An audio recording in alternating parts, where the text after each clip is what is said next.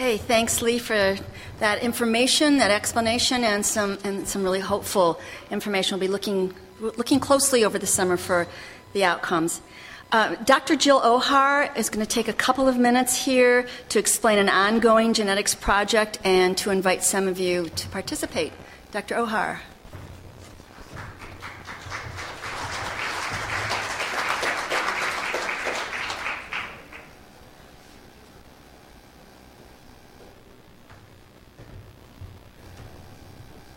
Thanks a lot. I'd like to add my welcome to everybody here today. Do you happen to have my slides? Does AV have my slides? Just kind of wave your arm if you think you have it. It'll make me have great comfort. I'm Jill Ohar. I'm a professor of medicine, internal medicine and pulmonary diseases at Wake Forest University. I've spent several years looking at asbestos-exposed individuals, probably about 25 all told. Thank you. And what I noted was over time, what I noted over time is that we would see mesothelioma patients as well as people with just benign pleural plaques and asbestosis. And it always seemed to bedevil me, why was it that people developed mesothelioma? We know that mesothelioma is a tumor that's associated with asbestos exposure. In at least 80% of the cases, an asbestos exposure can be identified. Clearly, the percentage of time that an asbestos exposure is identified really depends on the clinical savvy and the industrial knowledge of the clinician, because I've seen numerous charts, numerous patients where documented will be no asbestos exposure. So that 80% value is a little bit malleable. The hallmark of this disorder is the long latency. Typically, people develop a mesothelioma up to 40 years after their initial exposure.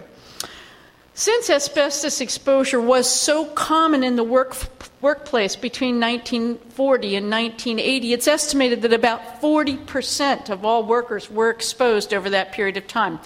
That represents about 27 million Americans today who are at risk. Despite that huge number of people who are at risk, only about 3,000 people develop mesothelioma annually, so it's a very low number. There are estimates that we miss about a half of all cases, so the true burden of disease may be as high as 6,000 new cases annually, but still very, very, very small number compared to those people at risk. And as I say, to date, the only known risk factor had been this asbestos exposure. I'm going to figure out how to make this advance if it kills me. Somebody want to make that advance for me, please? Not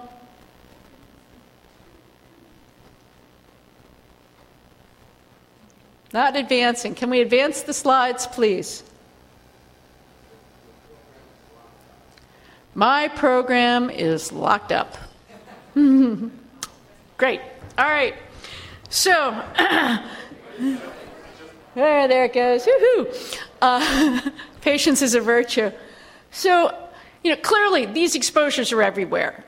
These are just a few products that represent some of the places that you can get asbestos exposure. The next slide will show us some of the materials and some of the industries where asbestos exposure was a frequent finding. Next. And this is what a mesothelioma looks like on X-ray. Our next slide gets at the research that I have been and continue to do. The Mesothelioma Applied Research Foundation funded some epidemiologic research to help me come to grips with what is so unique about the asbestos-exposed individual that develops mesothelioma compared to the asbestos-exposed individual that doesn't. So with the next slide, we'll look at some of the findings of that initial funded study that looked at epidemiologic factors. And what we saw over and over again was this strong family history of cancer. People who developed mesothelioma after asbestos exposure were about 3 times more likely to have had a cancer diagnosed before their mesothelioma diagnosis compared to those who were exposed to asbestos and got a benign disorder like pleural plaques, pulmonary fibrosis, or nothing at all. Interestingly, their first-degree relatives, their brothers, sisters, parents, and children also had about a 3-fold increased risk of having already had a cancer compared to those people who had asbestos exposure and didn't develop mesothelioma. When we stratified this out and looked at their siblings, their children, and their parents, their children had about a 7-fold increased risk of having already been diagnosed with a cancer. So the next slide then looks at some of the other epidemiologic factors. We found that early life exposure seemed to enhance your risk. In addition to that, we found that military service was much more frequent or more common among those who developed mesothelioma versus those who don't, about 8 times more common. And the causal relationship there may be related to the early life exposure, where people go into the service at a high school, not sure that they want to go to college or what they want to do for a life career, and have exposures not only in the Navy, which is well known, but also in the Air Force, where all of the fuel lines and much of the other types of mechanical instruments within the plane were lined with asbestos. Furthermore, for those who went into the Army, they frequently were put into the motor pool where they worked on brakes, clutches, and gaskets. Our next slide then begins to unfold the second funding that we've gotten, which is we felt that with this very, very strong cancer history in patients' families and in themselves, that perhaps people with mesothelioma had a familial predisposition to cancer, and with their asbestos exposure made them at much greater risk for the development of mesothelioma compared to those people who had asbestos exposure but never developed a tumor from it.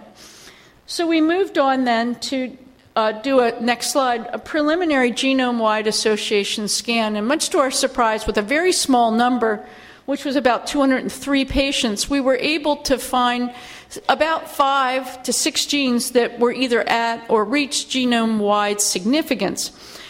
This would be unanticipated given the fact that genome-wide testing is a multiple testing type of a study, and as a result, you need very, very, very, very large numbers of subjects to make this be a significant, statistically significant finding.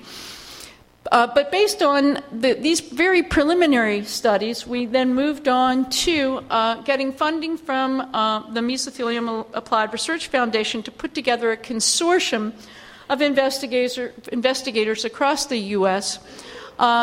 Who would be interested in sending blood from patients where we would isolate the DNA. And then the next step would be to apply for funding for genome-wide for the 1,000 patients that we plan to enroll. So our next slide then says, well, what's the bottom line? Well, asbestos exposure was common. Mesothelioma is uncommon. There is a strong cancer signal among families and in the patients who develop mesothelioma compared to those who had asbestos exposure who didn't develop mesothelioma. So based on that, we would like then, the next slide, to tell you that you can help if you have a mesothelioma by coming by our blood drawing station today. We will be drawing blood for most of the day, probably till about 4:30 or 5. You'll have to fill out a simple questionnaire, sign a consent form, and we will take 1 ounce of blood. And I'd be delighted to answer any questions at that time, as well as talk to you, tell you about a little bit more about what we're doing, and of course take your blood. So thank you very much for this opportunity today.